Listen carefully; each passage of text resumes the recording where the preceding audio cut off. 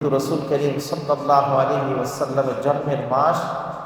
এজন্য রসুল করিম সাল্লাল্লাহু আলাইহি ওয়াসাল্লামের জন্ম মুহূর্তটা কেমন ছিল, কি অলৌকিক ঘটনা ঘটেছে, কিভাবে রসুল সাল্লাল্লাহু আলাইহি ওয়াসাল্লাম পৃথিবীতে আগমন করেছেন, এই ব্যাপারে আমরা সংক্ষেপে কিছু আলোচনার চেষ্টা করব। আল্লাহ তাআলা আমাদেরকে তৌফিক দান করুন, সকলে বলুন আমিন।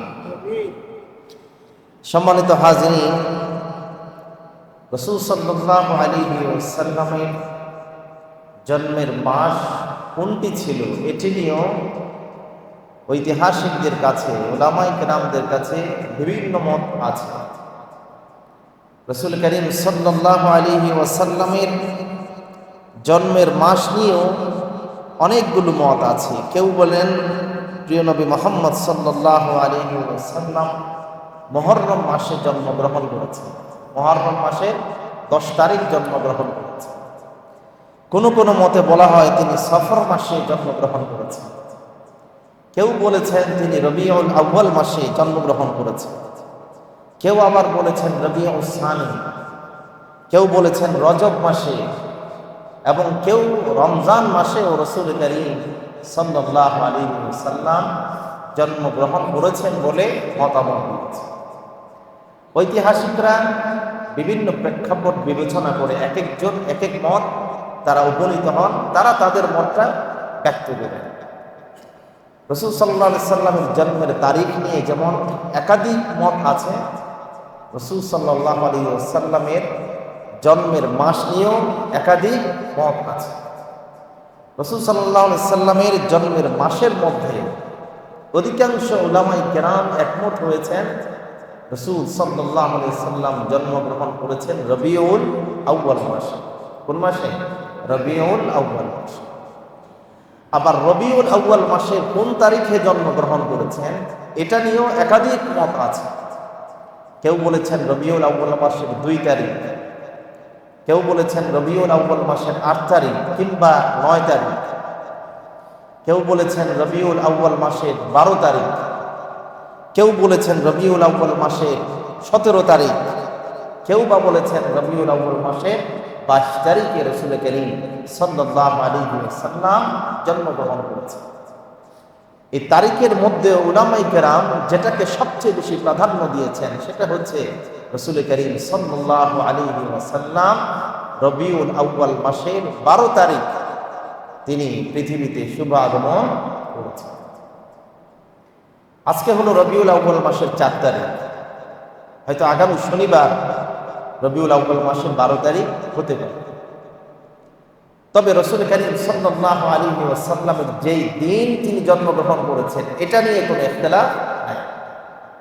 রবিউল আউয়াল মাসের যে দিনেই তিনি জন্মগ্রহণ করেন অথবা যেই মাসের যেই দিনেই তিনি জন্মগ্রহণ করেন ওই দিনটা ছিল সোমবার। ওই দিনটা ছিল কি বার? সোমবার।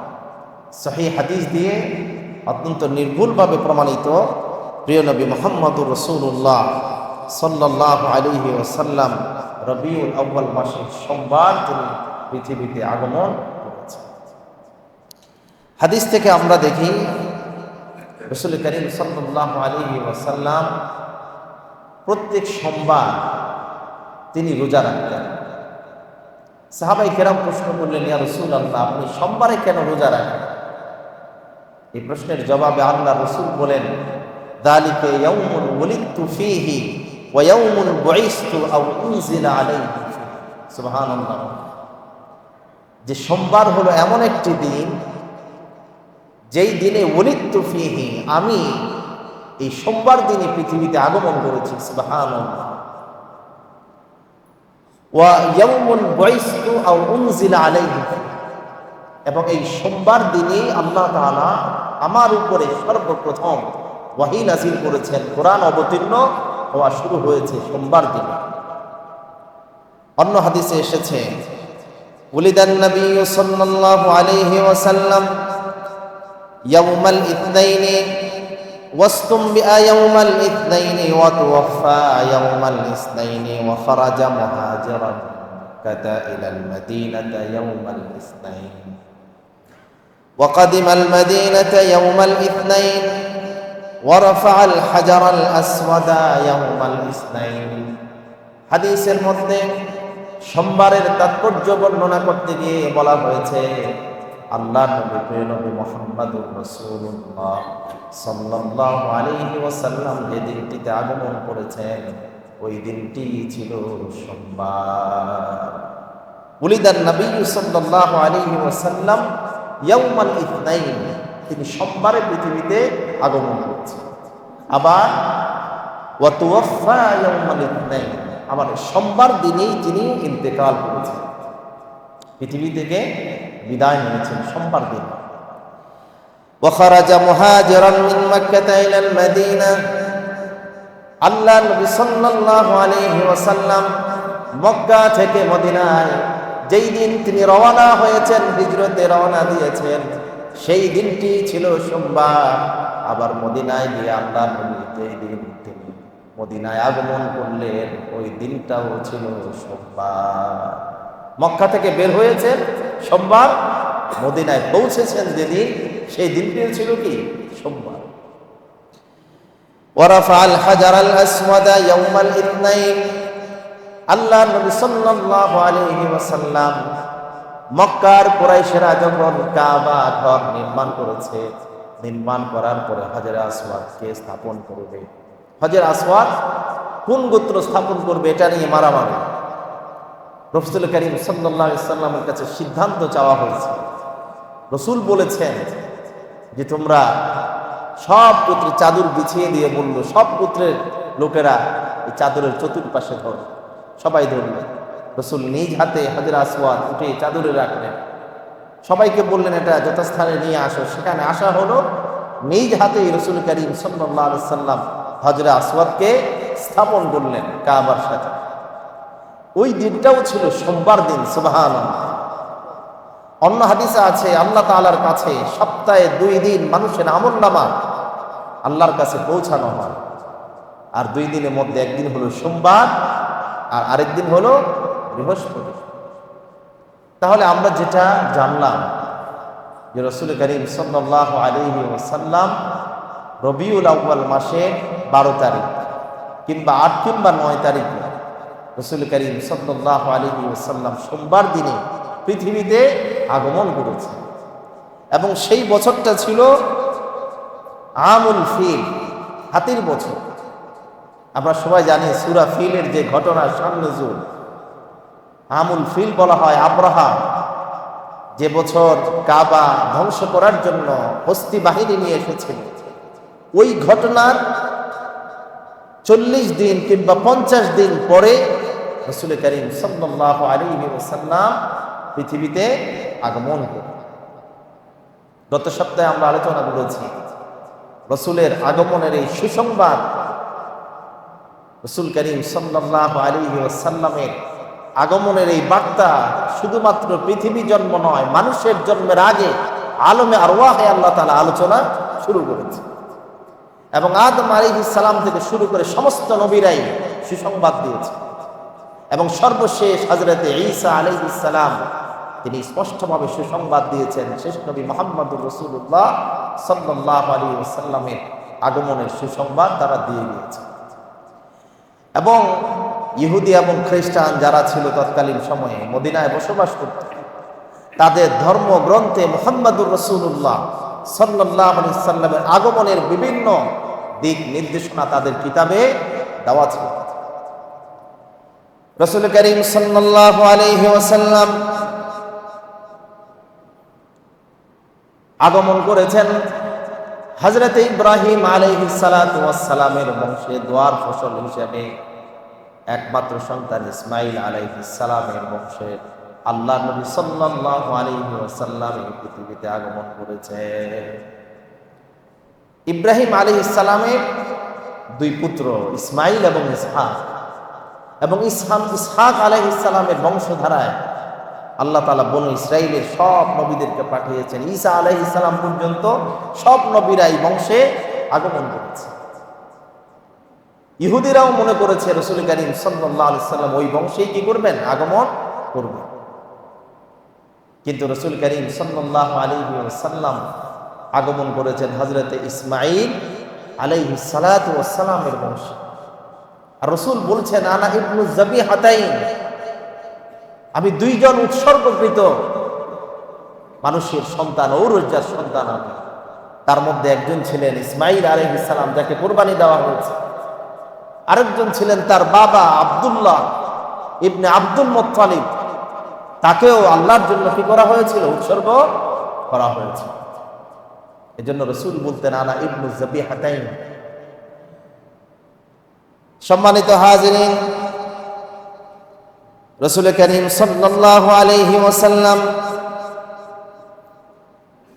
আল্লাহ রাব্বুল আলামিন রাসূল করিম সাল্লাল্লাহু আলাইহি ওয়াসাল্লামকে তার বাবা আব্দুল্লাহর ঘরে আব্দুল্লাহর ঘরে পাঠিয়েছেন, এবং আল্লাহর হাবিব যে আব্দুল্লাহর ঘরে জন্মগ্রহণ করবেন এর প্রমাণ আল্লাহ তাআলা তার বাবা আব্দুল্লাহর কপালের মধ্যে সেই মোহরে নবুয়ত, রাসূল করিম সাল্লাল্লাহু আলাইহি ওয়াসাল্লাম যে আগমন করবেন, এই নূর, মোহরে নবুয়তের নূর এক এক করে ধারাবাহিকভাবে বংশ দ্বারা এটা বয়ে এনেছে। আল্লাহ নবী সাল্লাল্লাহু আলাইহি ওয়াসাল্লামের বাবা আব্দুল্লাহ যখন যুবক বয়সের হলেন, মক্কার যে সমস্ত নারীরা রাসূল করিম সাল্লাল্লাহু আলাইহি ওয়াসাল্লামের বাবাকে দেখতেন, তার কপালের মধ্যে কি যেন নূর চমকায়, যেটা তাদেরকে আকর্ষণ করে সবাই চাইতেন আব্দুল্লাহর সাথে যেন তার বিয়েটা হয়।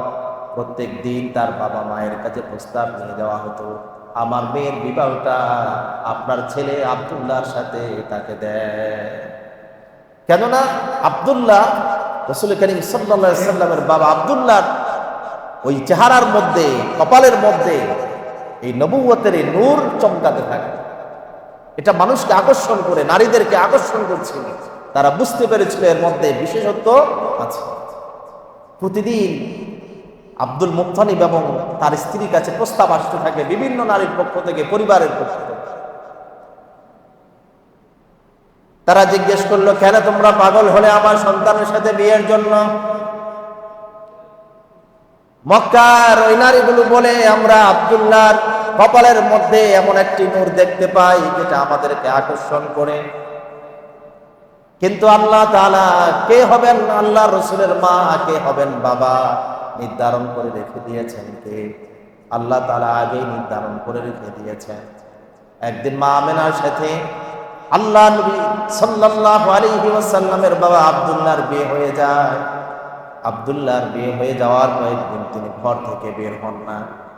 লজ্জায় সাধারণত বিয়ে হলে মানুষ সহজে বন্ধু বান্ধবের কাছে যায় না, সমাজে বের হয় না।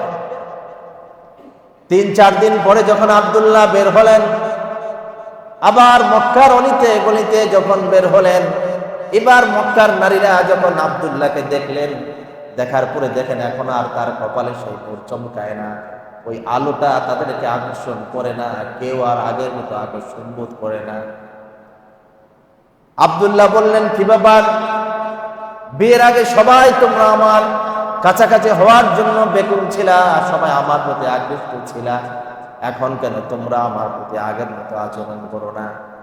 মক্কার নারীগুলো বলল, আব্দুল্লাহ, আমিনার সাথে বিয়ে হওয়ার আগে তোমার কপালে ললাটে আমরা যে আকর্ষণ দেখেছিলাম, যে নূর চমকাতে দেখেছি, বিয়ে হওয়ার পরে এই নূরটা আর তোমার কপালে দেখা যায় না। তার মানে হলো আব্দুল্লাহ মা আমেনার সাথে বিয়ে হওয়ার পরে আল্লাহ নবী সাল্লাল্লাহু আলাইহি ওয়াসাল্লাম জন্মের সেই নূরটা মা আমেনার গর্ভে চলে যায়। চলে যাওয়ার কারণে আর সেই নূর কপালে চমকায় না। আল্লাহ নবী সাল্লাল্লাহু আলাইহি ওয়াসাল্লাম তার বাবার পৃষ্ঠদেশ থেকে মা আমেনার গর্ভে চলে আসে। ইতিমধ্যে তার বাবা আব্দুল্লাহ, রাসূল করিম সাল্লাল্লাহু আলাইহি ওয়াসাল্লামের বাবা আব্দুল্লাহ ব্যবসার জন্য তিনি সিরিয়ার উদ্দেশ্যে রওনা হয়ে যায়। আল্লাহ নবী সাল্লাল্লাহু আলাইহি ওয়াসাল্লাম মায়ের গর্ভে যখন 6 মাস বছর, ওই সময়ে আব্দুল্লাহ তিনি সিরিয়ার উদ্দেশ্যে বের হয়ে যান।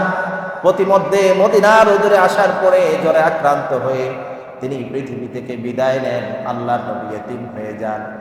মায়ের গর্ভে থাকা অবস্থায় আল্লাহর নবী ইতিম হয়ে যান।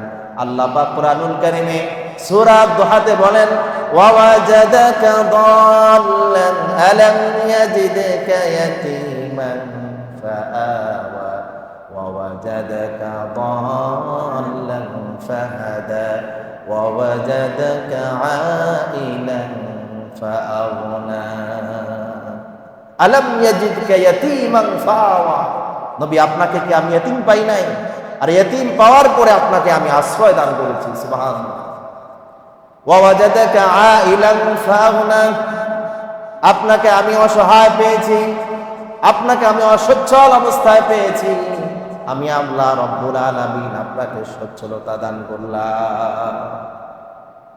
কেন আল্লাহ তাআলা নবীকে ইতিম হিসেবে পাঠিয়েছে? এর অনেক কারণ আছে, এগুলো আজকে ব্যাখ্যা করার সময় নেই। আল্লাহ নবী সাল্লাল্লাহু আলাইহি ওয়াসাল্লাম মায়ের গর্ভে 6 মাস বয়সে তিনি ইতিম হলেন। মা আমেনা তিনি বলেন যে রাসূল করিম সাল্লাল্লাহু আলাইহি ওয়াসাল্লাম যখন আমার গর্ভে আসলো, দুনিয়ার সমস্ত নারীরা যখন সন্তান গর্ভে নেয় তাদের বিভিন্ন ধরনের অসুবিধা শুরু হয়, বিভিন্ন ধরনের কষ্ট শুরু হয়।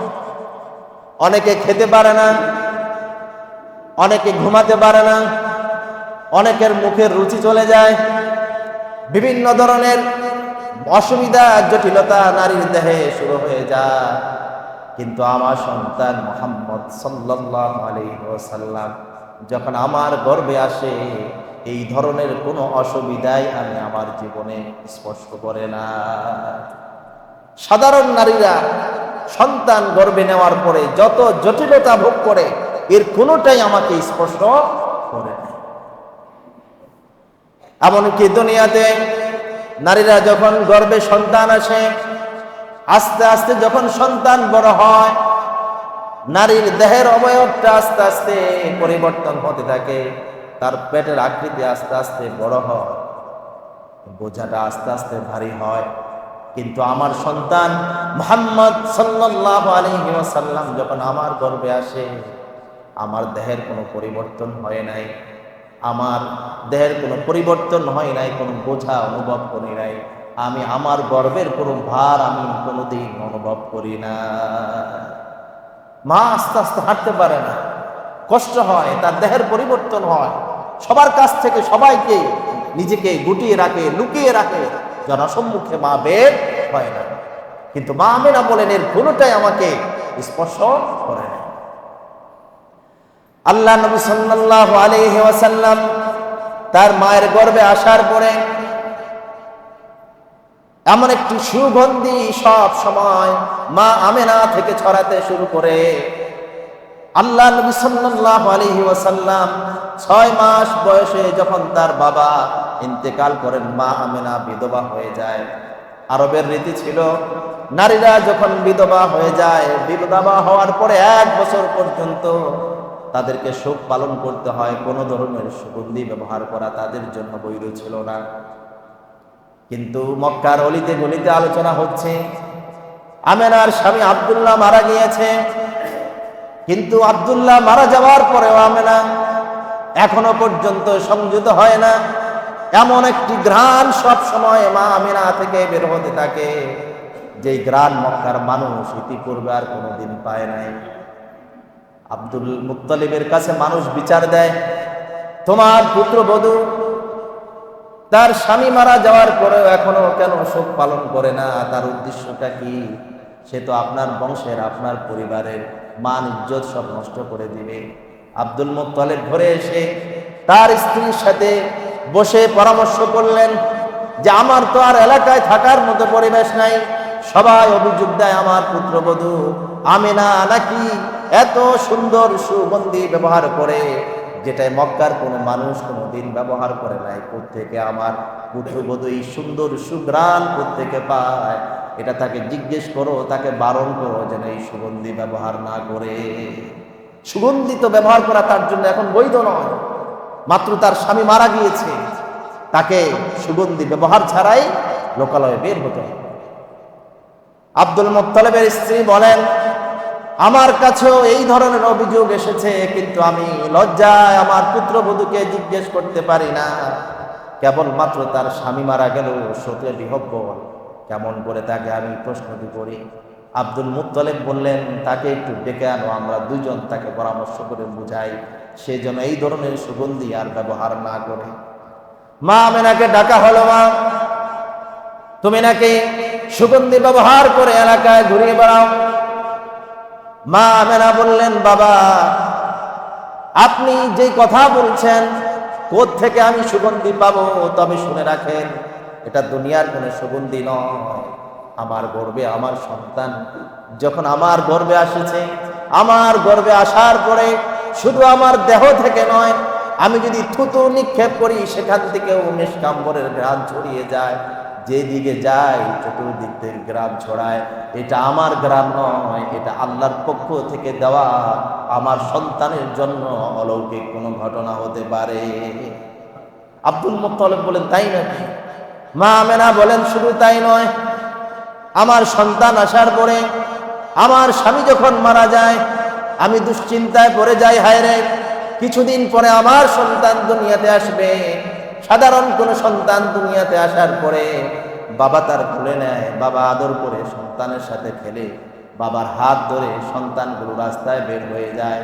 আমার সন্তান দুনিয়ায় ভূমিষ্ঠ হবে এমন অবস্থায়, তার বাবা নাই, এতিম অবস্থায়, তার সাথে কে খেলবে, কে তার দেখাশোনার দায়িত্ব গ্রহণ করবে?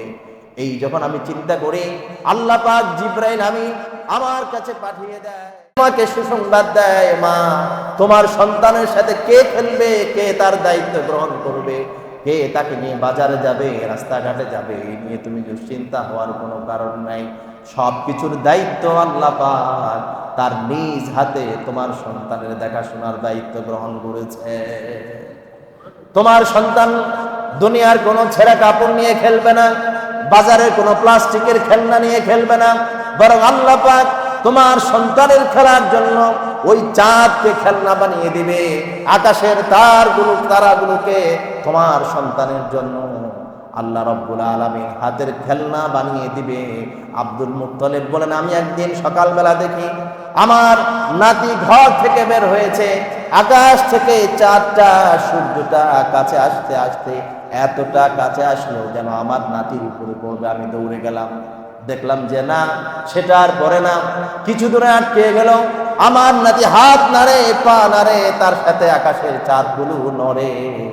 আমি বুঝতে পারলাম যে আমার নাতি দুনিয়ার কোনো সাধারণ সন্তান নয়, আল্লাহ পাক তাকে অলৌকিক সন্তান হিসেবে দুনিয়াতে প্রেরণ করেছে। চাঁদ তারা নিয়ে প্রিয় নবী মুহাম্মদুর রাসূলুল্লাহ সাল্লাল্লাহু আলাইহি সাল্লাম খেলাধুলা।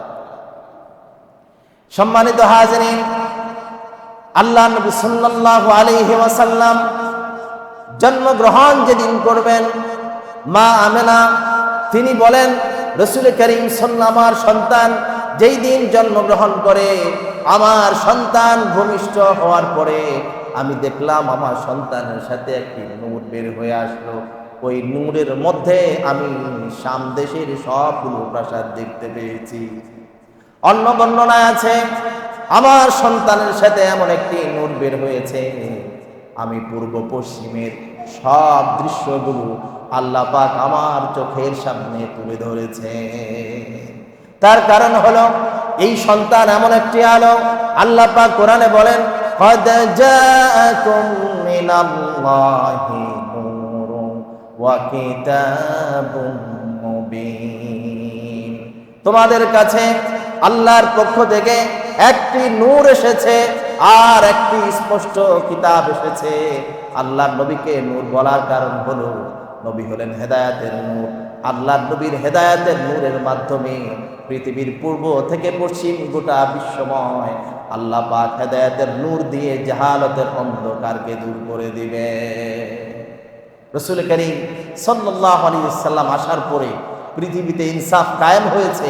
এর আগে পৃথিবীতে ইনসাফ বলতে কিছু ছিল না, জাহেলিয়ার যুগ যেটাকে বলা হতো।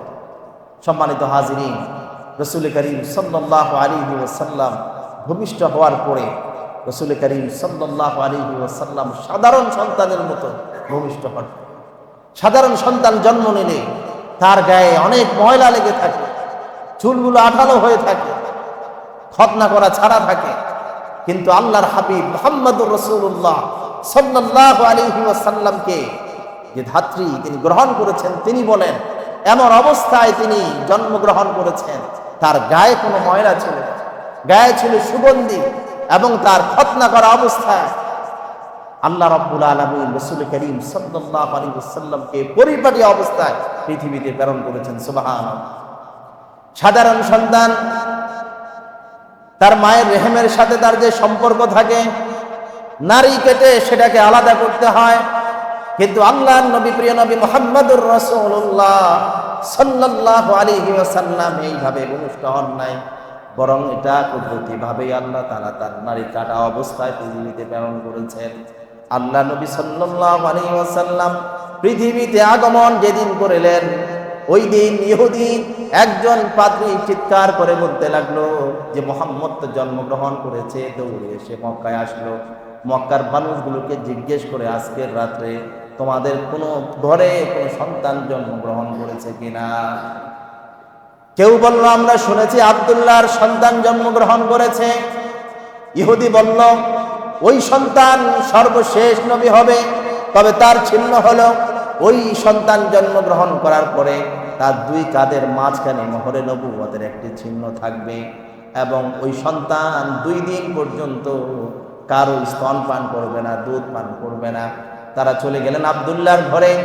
ওই ইহুদি পাদ্রী মুহাম্মদ রাসূলুল্লাহ সাল্লাল্লাহু আলাইহি ওয়াসাল্লামকে কোলে তুললেন, দেখতে চান মোহরে নবুয়ত আছে কিনা।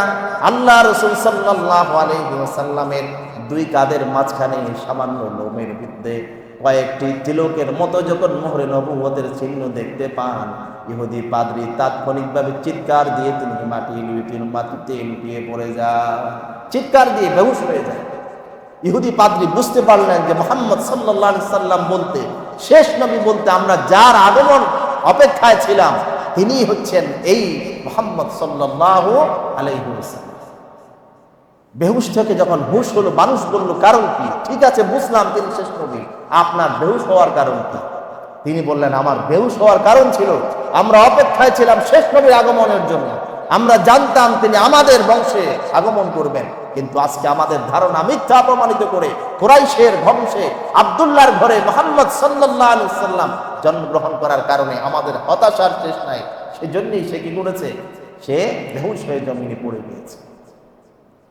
সম্মানিত হাজিরিন, আল্লাহ নবী সাল্লাল্লাহু আলাইহি ওয়াসাল্লাম জন্মগ্রহণ করার আগে কে যেন আল্লাহর নবীর মাকে ডেকে বলল যে তোমার সন্তান জন্মগ্রহণ করার পরে তার নাম রাখবে তুমি আহমদ।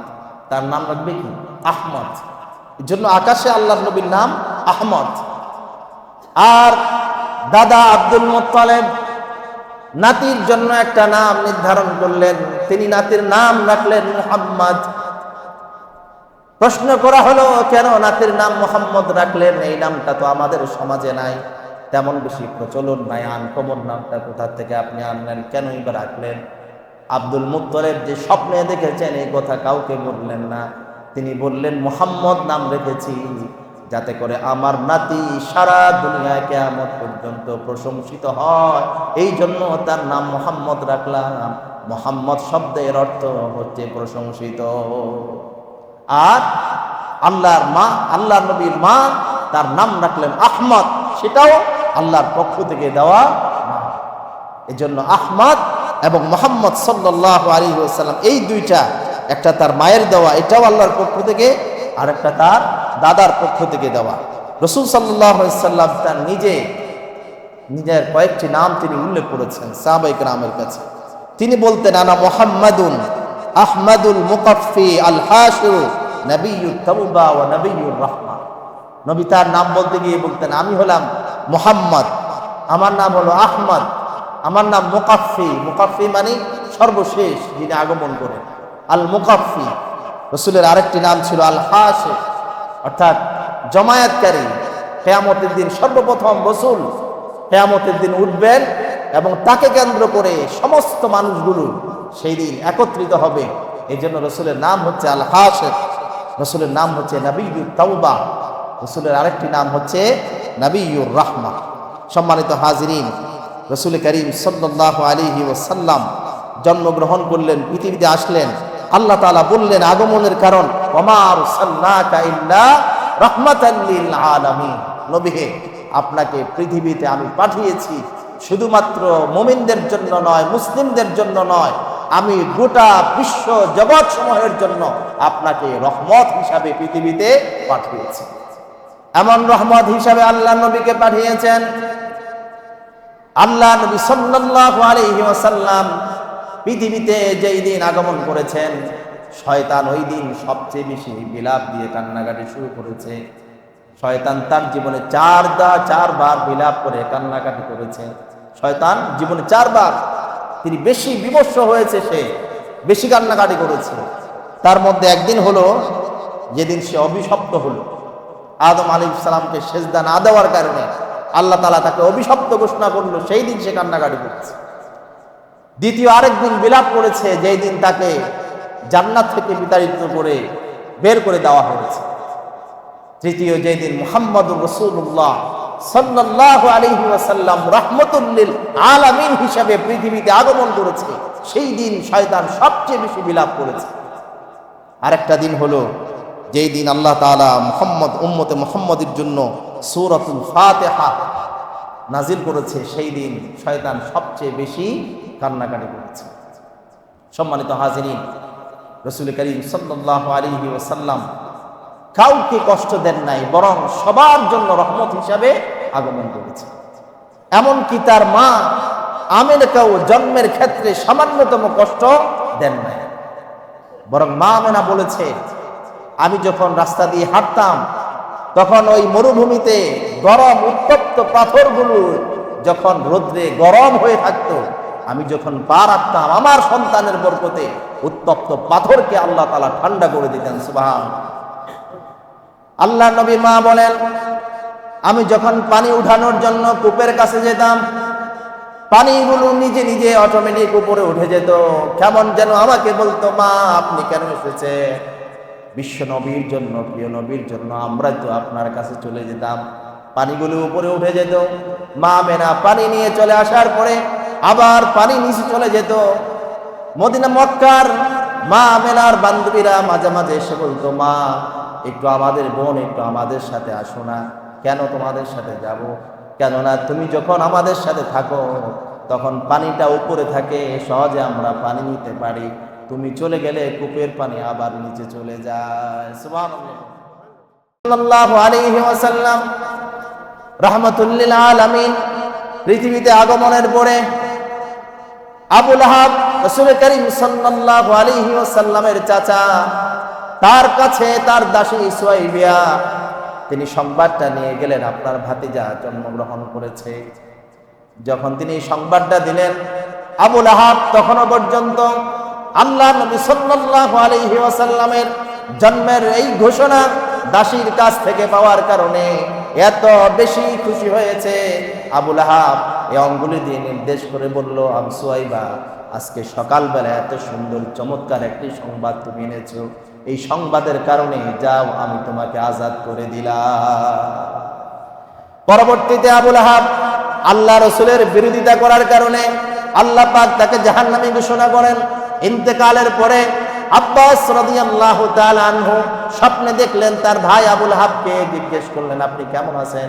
বললেন যে আল্লাহ পাক আমার সাথে মুআমালা খুব খারাপ করেছেন, কিন্তু ওই দিন আমার ভাতিজা মুহাম্মদের জন্মের সুসংবাদ পেয়ে আমি আমার ওই সুয়াইবিয়াকে আজাদ করে দেওয়ার কারণে আল্লাহ পাক আমার এই আঙ্গুলের মধ্যে একটু স্বাদ দিয়েছেন, সেটা আমি চুষলে সেখান থেকে আমি পানি এবং মধু পান করতে পারি। অন্য রায়াতে এসেছে সোমবার আল্লাহর নবীর জন্মের সুসংবাদ প্রকাশ করার কারণে আল্লাহ পাক রব্বুল আলামিন আবু লাহাবকে ওই সোমবার দিন তার শাস্তি কিছুটা কমিয়ে দেন, লাঘব করে দেন, কেবলমাত্র আল্লাহ রাসূলের জন্মের সুসংবাদ পাওয়ার পরে আনন্দ প্রকাশ করার কারণে। তাহলে একজন কাফেরের জন্য রাসূল কি ছিলেন? রাহমাতুল লিল আলামিন ছিলেন। রাসূল করিম সাল্লাল্লাহু আলাইহি ওয়াসাল্লাম জন্মের পরে তাদের পারিবারিক দাসী ছিল উম্মে আইমান, তার দুধ পান করেছেন তিনি। এরপর তাদের রীতিনীতি ছিল যে তাদেরকে উচ্চ ভাষা শেখার জন্য মক্কা নগরী সন্তানদেরকে তারা তায়েফ পাঠিয়ে দিতেন। তায়েফ থেকে অনেক মহিলারা আসতো, তারা শহরে এসে বিভিন্ন নবজাতক বাচ্চাদেরকে নিয়ে যেতেন। সাদিয়া গোত্রের মা হালিমাতুস সাদিয়া রাদিয়াল্লাহু তাআলা আনহা তিনিও তায়েফ থেকে রওনা দিলেন।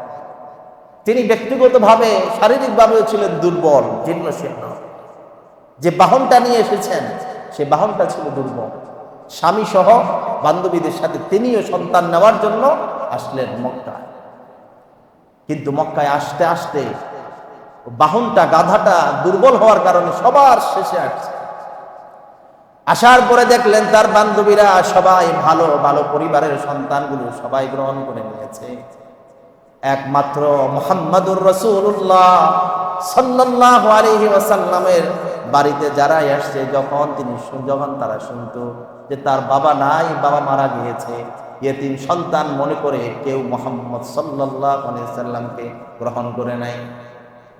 মা হালিমাতুস সাদিয়া তিনিও প্রথমেই আল্লাহর রাসূলকে গ্রহণ করেন নাই। খোঁজাখুঁজি করার পরে সারাদিন কোনো সন্তান না পাওয়ার পরে স্বামীর সাথে পরামর্শ করলেন যে আগামীকাল সকালবেলা সবাই রওনা হয়ে যাবে, সবাই তো সন্তান পেয়েছে, আমরা তো কোনো সন্তান পেলাম না, অতএব খালি হাতে যাওয়ার চাইতে ওই এতিম সন্তান মুহাম্মদকে আমরা নিয়ে যাই। স্বামী বললেন এটাই ভালো হবে। আবার গেলেন মুহাম্মদ সাল্লাল্লাহু আলাইহি সাল্লামের কাছে, গিয়ে মুহাম্মদ সাল্লাল্লাহু আলাইহি সাল্লামকে নিয়ে আসলেন তাদের তাঁবুতে। রাত্রিবেলা দেখলেন যে তাদের সব কিছুতে সাথে তাদের সন্তান ছিল, ওই সন্তানটাও মা জীর্ণশীর্ণ থাকার কারণে দুধ পেত না, সারা রাত কান্নাকাটি করতো, তারা ঘুমাতে পারতো না, স্বামী স্ত্রী কেউ ঘুমাতে পারতো না। কিন্তু ওই দিন তাদের বকরির দেখলেন যেই রাতে মুহাম্মদ সাল্লাল্লাহু আলাইহি সাল্লামকে নিয়ে আসছে, আসার পর থেকে তাদের বকরির মধ্যে দুধে বরকত, সবকিছুতে বরকত ভরপুর। তারা মা, সন্তান, ছেলে সবাই মিলে দুধ পান করে রাত্রিবেলা তৃপ্তি সহকারে তারা ঘুমিয়েছেন। সুবহানাল্লাহ। স্বামী সকালবেলা বলছে, দেখছো গতকালকে আমাদের সিদ্ধান্তটা সঠিক ছিল, এই সন্তান কোনো সাধারণ সন্তান নয়, তার মধ্যে বারাকা আছে, তাকে আনার পর থেকে আমাদের পরিবর্তন শুরু হয়েছে, বরকত শুরু হয়েছে আমাদের ঘরে। সুবহানাল্লাহ। সকালবেলা বান্ধবীরা রওনা দিল। জীর্ণ শীর্ণ গাদার উপরে মা হালিমাতুস সাদিয়া, তার স্বামী আর তাদের একটা সন্তান, আর রাহমাতুল লিল আলামিন প্রিয় নবী মুহাম্মদুর রাসূলুল্লাহ সাল্লাল্লাহু আলাইহি ওয়াসাল্লামকে বহন করে তারা মক্কা থেকে রওনা দিলেন। সবাই তো আগের মতো আগে চলে গেল। সবার পরে হালিমাতুস সাদিয়া রওনা দিলেন। কিছুক্ষণ যাওয়ার পরে সবাই দেখল গতকাল হালিমাতুস সাদিয়া সবার পরে মক্কায় আগমন করেছে। আজকে কিছু সময় না যেতেই হালিমাতুস সাদিয়ার সেই জীর্ণ শীর্ণ গাদাটা এত শক্তিশালী, সবাইকে ক্রস করে সবার আগে যখন চলে যাচ্ছে, দেখে বলল হালিমাতুস সাদিয়া, কি ব্যাপার, আজকের এই গাদা কি কালকেরটাই না, নাকি তোমরা গাধা পরিবর্তন করেছো? মা হালিমাতুস সাদিয়া বলে, না না, কালকে যেই বাহন নিয়ে এসেছি সেটাই সেই বাহন, কিন্তু সন্তানের কারণে আল্লাহ পাক এত বরকত দিয়েছেন, ওই জীর্ণ শীর্ণ গাধা তোমাদের সবাইকে পিছনে ফেলে সবার আগে চলে যাচ্ছে। সুবহানাল্লাহ। আল্লাহ রাসূল সাল্লাল্লাহু আলাইহি ওয়াসাল্লাম মা হালিমাতুস সাদিয়া রাদিয়াল্লাহু তাআলা আনহার ঘরে চলে গেলেন। সেখানে যাওয়ার পরে তারা দেখলেন সবাই যখন বকরিগুলো মাঠে নিয়ে যায়, সবার বকরি বিকালবেলা একই সময়ে একই জমিনে একই সময়ে তারা বকরিগুলো এক জায়গায় ঘাস খায়, কিন্তু সন্ধ্যাবেলায় আল্লাহ রাসূল সাল্লাল্লাহু আলাইহি ওয়াসাল্লামের বরকতে মা হালিমাতুস সাদিয়া তাদের বকরিগুলো পেট ভরে পুরো পুষ্ট হয়ে ঘরে আসে, কিন্তু ওই অন্য ছাগলগুলো তারা খালি পেটেই থেকে যায়। সবাই জিজ্ঞেস করলো, কি ব্যাপার, তুমি যেই মাঠে ছাগল ছড়াও, যখন ছাগল নিয়ে যাও তোমার সাথে আমাদের গুলোও গিয়েছে, কিন্তু তোমাদের ছাগলগুলো হৃষ্ট পুষ্ট সব দিক দিয়ে এতভাবে এত সুন্দর করে আসে, আমাদের গুলো এমন কেন? তারা বুঝতে পেরেছে এর একমাত্র কারণ ওই ছাগল নয়, মাছ নয়, বরং বরকত হচ্ছে সেই এতিম সন্তান মুহাম্মদুর রাসূলুল্লাহ সাল্লাল্লাহু আলাইহি ওয়াসাল্লাম। হালিমাতুস সাদিয়া তিনিও সন্তানের প্রতি চরমভাবে আকৃষ্ট হলেন। মুহাম্মদুর রাসূলুল্লাহ সাল্লাল্লাহু আলাইহি ওয়াসাল্লামকে তিনিও তার চোখ থেকে এক মুহূর্তের জন্য এদিক সেদিক করেন না। হালিমাতুস সাদিয়া হঠাৎ করে একদিন দেখলেন যে তার সন্তান এসে বলল যে আমাদের ভাই মুহাম্মদকে কে যেন আক্রমণ করেছে। অর্থাৎ রাসূল করিম সাল্লাল্লাহু আলাইহি সাল্লামের প্রথম সিনা ছাগ সেখানে হয়েছিল। হালিমাতু সাদিয়া ভয় পেয়ে সন্তানকে নিয়ে গেলেন তার মায়ের কাছে, বললেন যে বলো কি হয়েছে। কিন্তু মা হালিমাতু সাদিয়া ভয়ে কথা বলে না। মা আমিনা তো জানেন যে আমার সন্তান সাধারণ সন্তান নয়। তিনি বললেন যে তুমি ঘাবড়ায়ও না, কেননা আমি জানি আমার এই সন্তানের কেউ অনিষ্ট করতে পারবে না। সম্মানিত হাজিরিন, এই জন্য রাসূল করিম সাল্লাল্লাহু আলাইহি সাল্লামের এই শুভ আগমনের মাসে শুধুমাত্র হালিমাতু সাদিয়ার জন্য তিনি রাহমাতুল লিল আলামিন ছিলেন না, কিয়ামত পর্যন্ত সমস্ত মানুষের জন্য রহমত থাকবেন। কিয়ামতের দিনও আল্লাহর নবী সাল্লাল্লাহু আলাইহি সাল্লাম সুপারিশ করে রাসূলের শাফাআতে সেদিন সবাই উপকার লাভ করবে। সেই নবী মুহাম্মদুর রাসূলুল্লাহ সাল্লাল্লাহু আলাইহি ওয়াসাল্লামের জন্মের মাসে তার আলোচনা, তার ইজ্জত, তার সিরাত পাঠ করা, বুঝা, অনুধাবন করা, তার আদর্শ বাস্তবায়নের জন্য আমাদেরকে প্রস্তুতি হওয়া, এটা আমাদের সকলের ঈমানি দায়িত্ব কিনা।